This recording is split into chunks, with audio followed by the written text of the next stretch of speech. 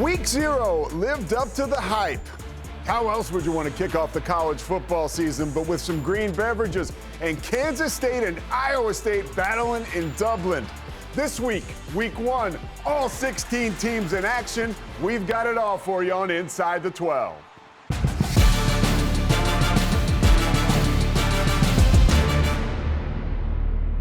Welcome to Inside the 12. I'm Pete Souza. He is the quarterback, Taylor McCargan. We're so excited to get into week 1 with you. Partner, what has got you excited or anticipating this week? Yeah, well, the fact that we've got all 16 teams that are now in action. Week 0 had a couple fantastic moments, 3 Big 12 teams that were in action that we're going to get into and talk a lot about today. But looking forward to all of these other matchups. We've got some marquee non-conference matchups to talk about, number of teams with exciting storylines to get into. Yeah, well, the exciting storyline over the weekend was Kansas State and Iowa State. Let's take a look, though, at the upcoming games. First of all, Georgia Tech and Colorado. I know you get your eyes on that one, too. Well, Caden Salter announced as the starter for Colorado. I think we should expect to see Julian Lewis as well. That one stood out to me. And then as you look down the rest of the schedule, Utah at UCLA, that's a marquee matchup. And then all eyes in the college football world will be on TCU at North Carolina, led by Bill Belichick and his 70 new players on his roster in Chapel Hill. I am interested to see what goes on in Provo. You know, Bear Bachmeier getting the start after just joining the team after spring, right? Coming over as a transfer from Stanford. A lot of excitement around that program and him as a quarterback. No doubt. And a true freshman really at for any team is a huge moment. The fact that he had to step in after spring ball with the departure of Retzlaff, I think it'll be interesting to see. What does he look like? It's kind of nice that it's a tune-up game against an FCS opponent, but expect him to play well. No tune-up in Dublin, dude. That was a street fight in a wet atmosphere. It was physical. It was ugly at times. And then at times, it looked real good. Well, once the rain stopped, I thought we got a much better indication of like what these quarterbacks would have looked like if you hadn't had the rain for 4 quarters. I thought that 4th quarter, the quarterback play between Avery Johnson and Rocco Becht was much better. It was sloppy early. We talked about last week coaching decisions and turnovers, and those were 2 things that we saw early. A toss from Iowa State at the 1-yard line in the rain, didn't agree with that, and then 4 first-half fumbles. Once the rain stopped, though, I thought you got a chance to see more of the play calling that we would have expected and some really good downfield passing from both of these quarterbacks. Iowa State coming away with the win in a closely contested game, and near disaster was averted for Kansas State. Dylan Edwards injured on basically the first play of the game, special teams-wise, went out of the game, but we do know through Chris Kleiman that x-rays were negative, and he's going to be okay. But here's a look. Great that the x-rays came back negative. It was odd. He jogs off the field, and I think we all expected, Kansas State fans especially, that he would be back in the game. He wasn't. Immediately was evaluated and did not return. And I thought it was interesting that Avery Johnson, his carries, only had 8 carries on the game. I thought when Dylan Edwards went out, my first reaction was that Kansas State would lean on him more in the ground game. We didn't see that. Curious if that will evolve as the season goes along, but I know Kansas State fans eager to get Dylan Edwards back. Joe Jackson in relief of Dylan Edwards, 12 carries and 51 yards. Next game up for Kansas State, they play at North Dakota on Saturday. That game will be on ESPN+. Now it's time for some of our game-breaking plays. That's right, hell of a good game-breaking plays. My favorite dip, yours too. Let's dip into the action right here. Avery Johnson rolling left, going left. And this was a play that got Kansas State back in the game right when it felt like Iowa State may be running away with the game. Rolling to his left, a good accurate strike downfield, and I think this shows that capability again for Avery Johnson. And how about Iowa State? Rocco Becht, Carson Hansen, 15 yards, dipsy-do, spins into the end zone. And loved that Rocco Becht, he made this call at the line, went to the line with 2 plays. He checked out of it, shows the headiness for Rocco Becht. Let's travel to Lawrence in the new booth. Yeah, new look Kansas, looking really good as you see LaShawn Williams with the 16-yard touchdown.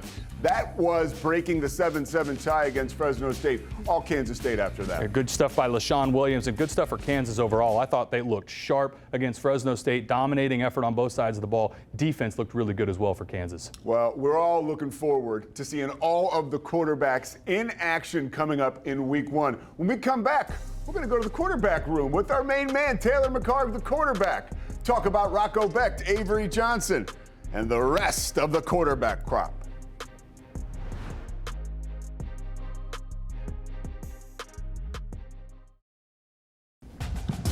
Inside the 12 is brought to you by Hell of a Good Dip. Game on, dip in with Hell of a Good. Welcome back to Inside the 12. I'm Pete Souza. He is Taylor McCarg, the quarterback. And right now, we're going to go in the quarterback club.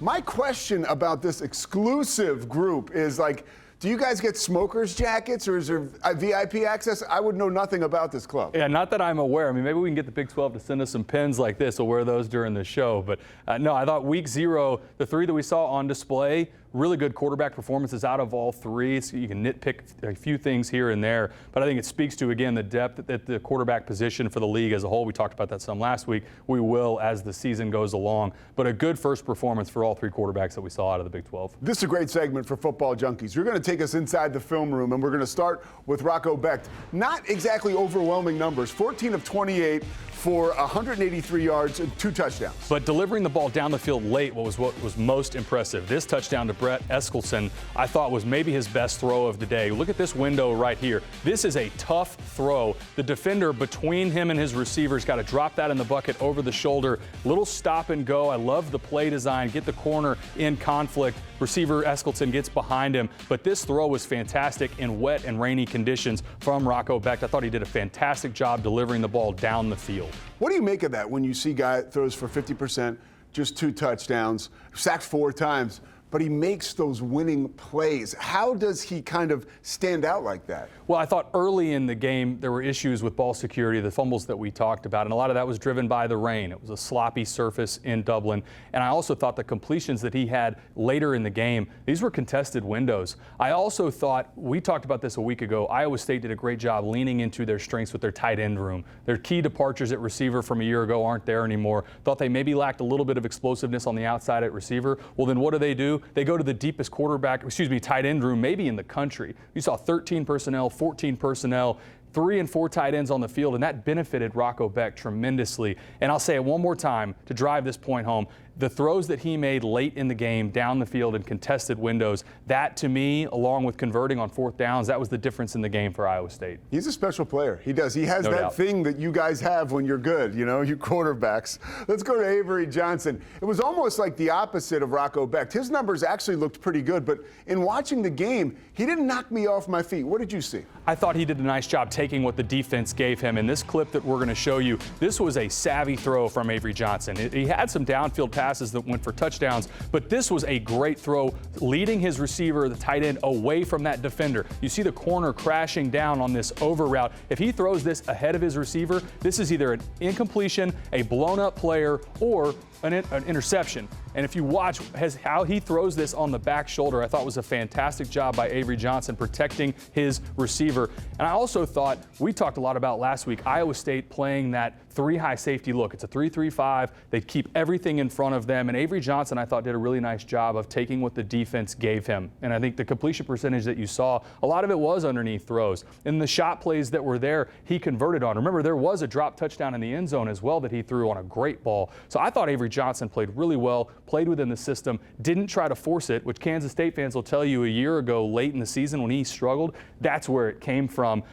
The loss is not on Avery Johnson. I thought he played really well. Well, one of the things I felt like helped unlock him was Matt Wells. I thought there were some pretty nice play calls there that opened up that offense for Avery Johnson, their new offensive coordinator. There's no doubt. And I also, the only thing that I would be curious as the season goes along, do they have any more designed quarterback run game? All right, now we get to go to a brand new facility, not brand new, a reimagined stadium, the new booth, they're calling it, in Lawrence. But this is not new. Jalen Daniels back to being Jalen Daniels, 18 for 20, almost flawless in this game. And returned to that form that we saw a few years ago, was hurt for most of 2023. 2024 felt like he regressed some. This looked like the version when he burst on the scenes in 2022. This clip here is a great example of a quarterback using his eyes to moving a safety off his spot. This touchdown to Keaton Kubeka is the only score in the second half for Kansas. But watch how he looks to his left, holds that field safety, and then works back to the boundary to hit Keaton Kubeka. Love the route design as well. This is that faking like it's a hitch,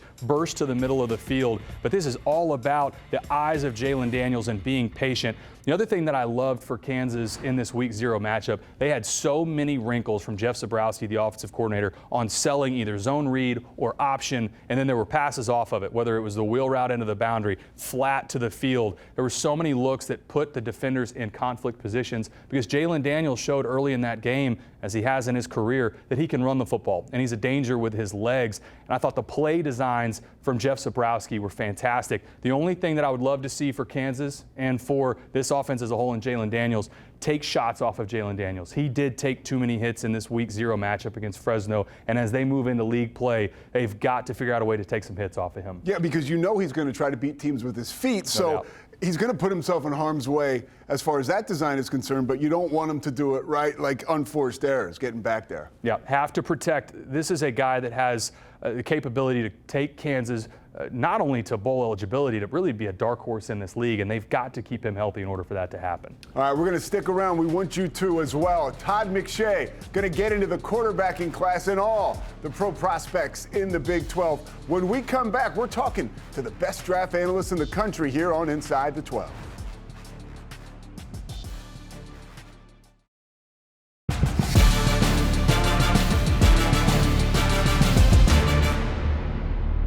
Welcome back to Inside the 12. He's Taylor McCarg. I'm Pete Souza.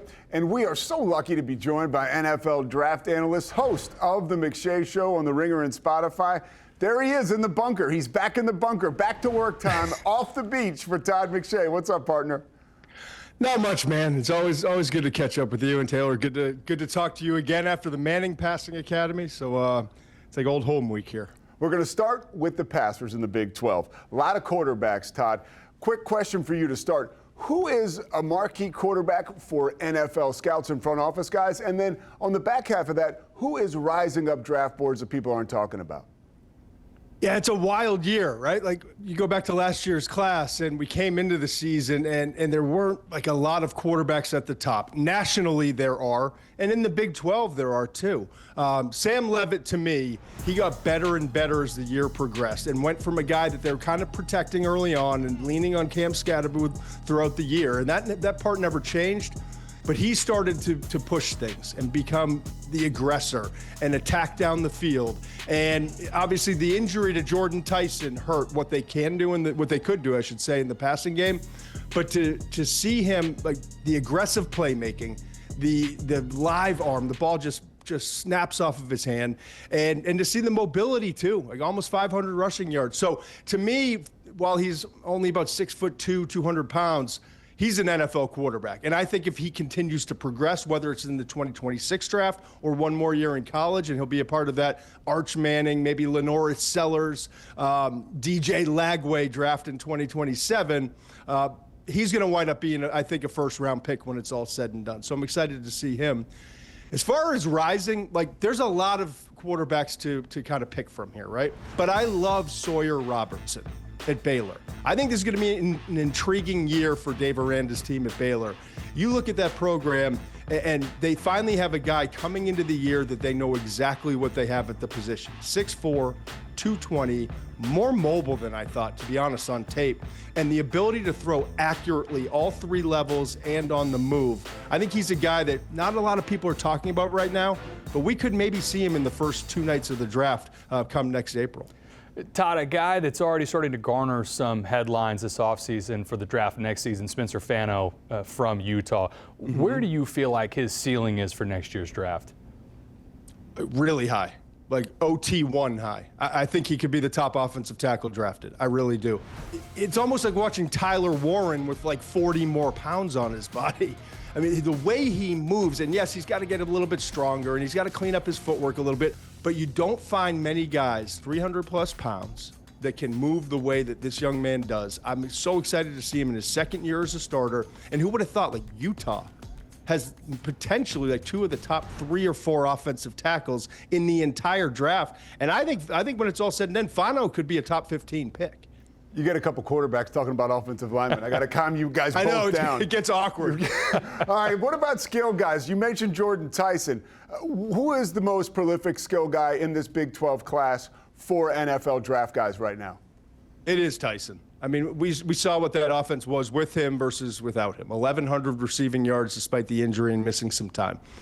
But you can see that like compact, almost running back-like build, the strength after the catch, sturdy, like in traffic. Now, there were a lot of drops on tape. And I think that like if there's one area I'm looking for in his game to improve, it's more consistency just catching the football. You know, some of them are focus drops, some of them he's getting like kind of twisted around a little bit, but that's an area you can improve upon. I expect to see that improvement this year. Pete knows I could talk offense and quarterbacks and offensive line with you all day, but what about the other side? What are a couple names on the defensive side of the ball that are garnering headlines as we move to the draft next year? I'll give you two. The first one is a transfer that I'm just excited to see. And like talking to scouts around the country, they're all pointing at David Bailey, Texas Tech.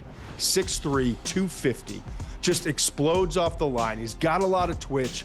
He's got some length, even though he's not a 6'5" defensive end. But he's a player that with the bend that you look for, like so important, working through offensive tackles and progressing that pass rush while engaged. He does a lot of really intriguing things on tape. And then after that, I'm really intrigued to see at Colorado. DJ McKinley. He's like 6'1". He's got speed to carry receivers vertically. A lot of instincts there as a player. 61 tackles. He's got that toughness you look for. 3 interceptions in the final 4 games. He really came on strong at the end of last year, and that has scouts kind of salivating to see, is this guy legit? Like, is he with Dion there, Coach Prime, kind of working with him? Is he going to be a top 50, top 70 type prospect by the end of the year? McShay, dude, I wish we had more time. You've done it again. I appreciate it so much. Hey, tell people, our worldwide audience, where they can find the McShay Report and the McShay Show and what you got going on. I appreciate it. It's the McShay Show with my guy Mensch, as you well know. We just started it last October, so we're excited for our first full season. We're everywhere you find shows and podcasts these days, right? YouTube, we got a YouTube channel, The McShay Show, Apple, Spotify, and everywhere else that you get podcasts. And then the McShay Report's my baby, right? Is my scouting reports, my rankings, the mock drafts, different intel articles that we do throughout the year. We've been doing a whole extravaganza leading up to college football. So Google the McShay Report. Subscribe today if you can, please. And I'm done being a shill here. All right, Todd, we appreciate you, dude. We will talk to you soon. Thanks, Todd. All right, guys. Take care. That was Todd McShay, and that's about as good as it gets as far as draft intel is concerned. No doubt. He's the man. And you're right. We could have talked quarterbacks, O-line, back and forth that entire time, but appreciate Todd coming on. Oh, really appreciate it. All right, we'll be coming back with the biggest Week 1 matchups in the Big 12. Everybody's in action. We're going to get you set up for it when we come back.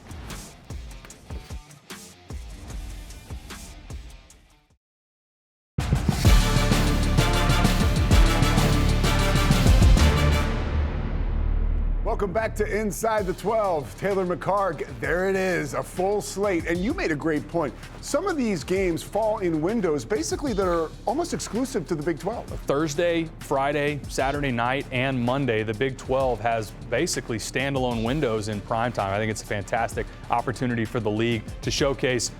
There's a number of other matchups against FCS teams that we don't want to overlook, but these matchups, these marquee games that we're going to spend some time talking about, I think it's a great opportunity, going back to what Commissioner Yormark talked about with us a week ago. Win these marquee non-conference games on the field. That helps create your opportunities in the postseason to get beyond just a one big league for the Big 12. Well, let's look at some of these marquee matchups, non-conference matchups. We're going to start with Nebraska and Cincinnati. Now, this game's in Arrowhead, right? I mean, we cannot not talk about the news this week. Taylor Swift and Travis Kelce getting engaged. I mean, everything's coming together here. And I'm sure they said, what better way to celebrate than to go see Nebraska and Cincinnati at Arrowhead. I'm certain that they'll be there. But this game has all the makings for it. Nebraska is a team out of the Big Ten that has aspirations for the playoff. If you look down their schedule, they think in league they've really got a chance to have a special season. And here's an opportunity for Cincinnati to completely spoil that for them right out of the gate. And Brennan Sorsby at quarterback, I think, is one of the quarterbacks that we have talked a little bit about that I think gets slept on a little bit in this league. I think he's extremely talented. But to me, this game comes down to Cincinnati's front seven and their defensive line led by Dante Corleone.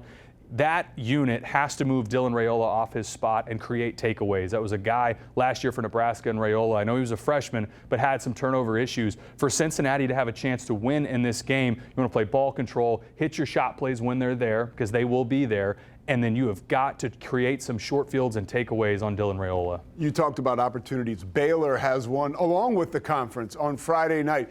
Big 12 SEC. I know you're a big fan of Sawyer Robertson. He's going to have to perform Friday night. I think Baylor has the edge at the quarterback position between Sawyer Robertson over Jackson Arnold. Saw them last year in Jackson Arnold at Oklahoma, and I know there were some issues and some injury issues at Oklahoma for Jackson Arnold, but I am extremely high on Sawyer Robertson. And to me, this is the biggest matchup of the weekend for the Big 12. I think if Baylor, as a home underdog, can get a win over Auburn, it puts them in a position the rest of the season where you could point back to and say, this was a critical win, because I think Auburn is better than a lot of people realize. I think they've got a top 20 roster, top down, out of the SEC. This is going to be a big win if Baylor can get this home win on Friday night. Yeah, Auburn added a lot of talent out of the portal early in the offseason, and word is that they're gelling really well there. Utah and UCLA, the Utes trying to kind of get things going again and snap last year in half. They're favored in this game. Oh, this is another matchup that has marquee implications, and especially in the Big 12, trying to get these non-conference wins,